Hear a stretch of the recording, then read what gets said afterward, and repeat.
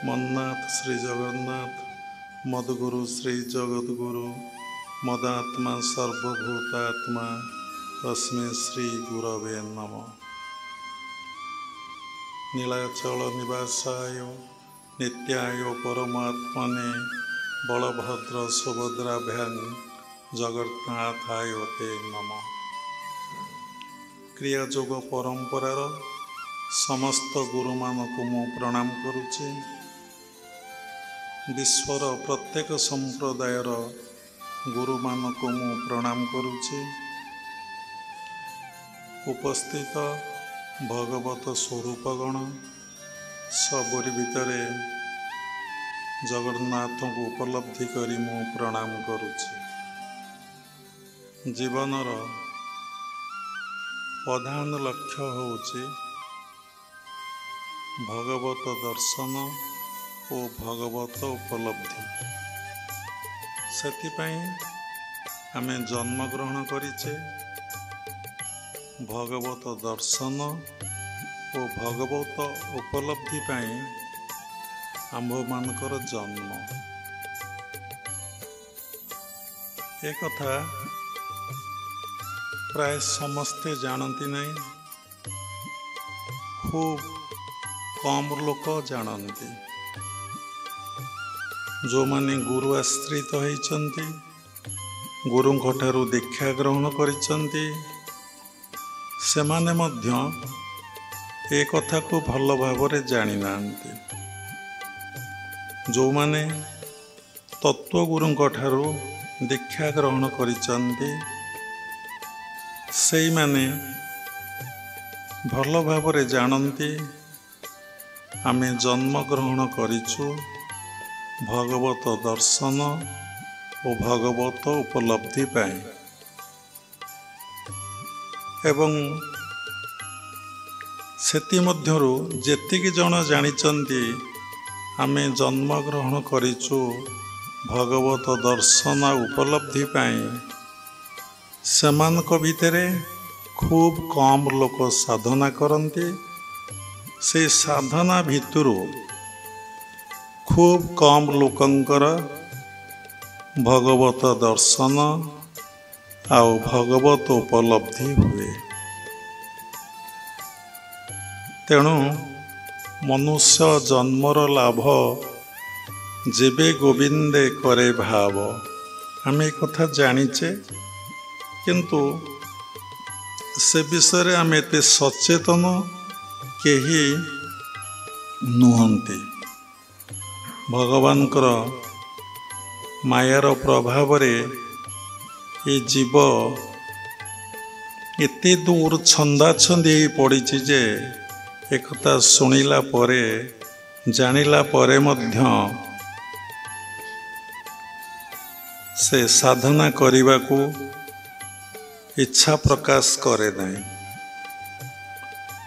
जेतिकी जन जानिचंती भगवत दर्शन उपलब्धि पाई आमर जन्म, सेथिकरु खूब कम लोकंकर बा खूब कम साधक साधिकार अनुभव हुए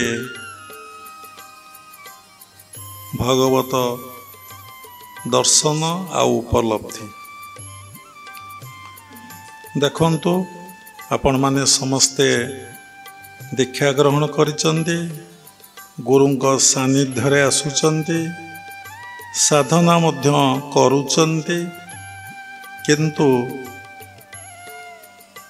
आमर जो जीवनर प्रधान लक्ष्य भगवत दर्शन बा ईश्वर दर्शन बा ईश्वर अनुभव आमानकर होउची होउ नहीं। कहीं नामे आमर लक्ष्य निर्णय करनु।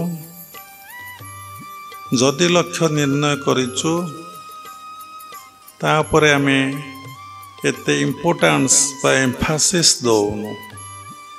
गोटे मुख्य कर्म, गोटे हला गौण कर्म।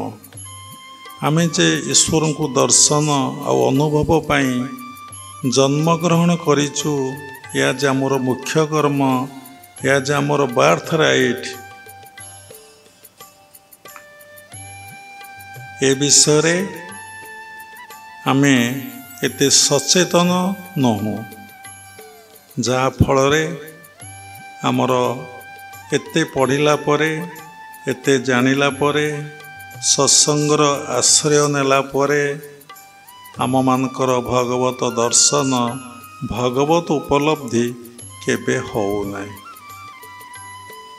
भगवत दर्शन आ उपलब्धि पाई गोटे प्रक्रिया रही जमती क्षीर भितर घृत अच्छी ता खाली आखि को देखा जाए नहीं किंतु ता भितर घृत रही जमती पुष्प भितर बास्नाटा रही किंतु बास्नाटा देखा जाए नहीं अनुभव हुए जमती तिल भितर तैल अच्छी ता खाली आखि को देखा जाए नहीं से भली देह भितर भगवान अच्छंती बा ईश्वर अच्छंती बा देही अच्छंती ताहा जानिला परे मध्य सुनिला परे मध्य पढ़िला परे मध्य ता अनुभव हुए नहीं दर्शन हुए नहीं। प्रथमे दर्शन तापरे अनुभव दर्शन ठारू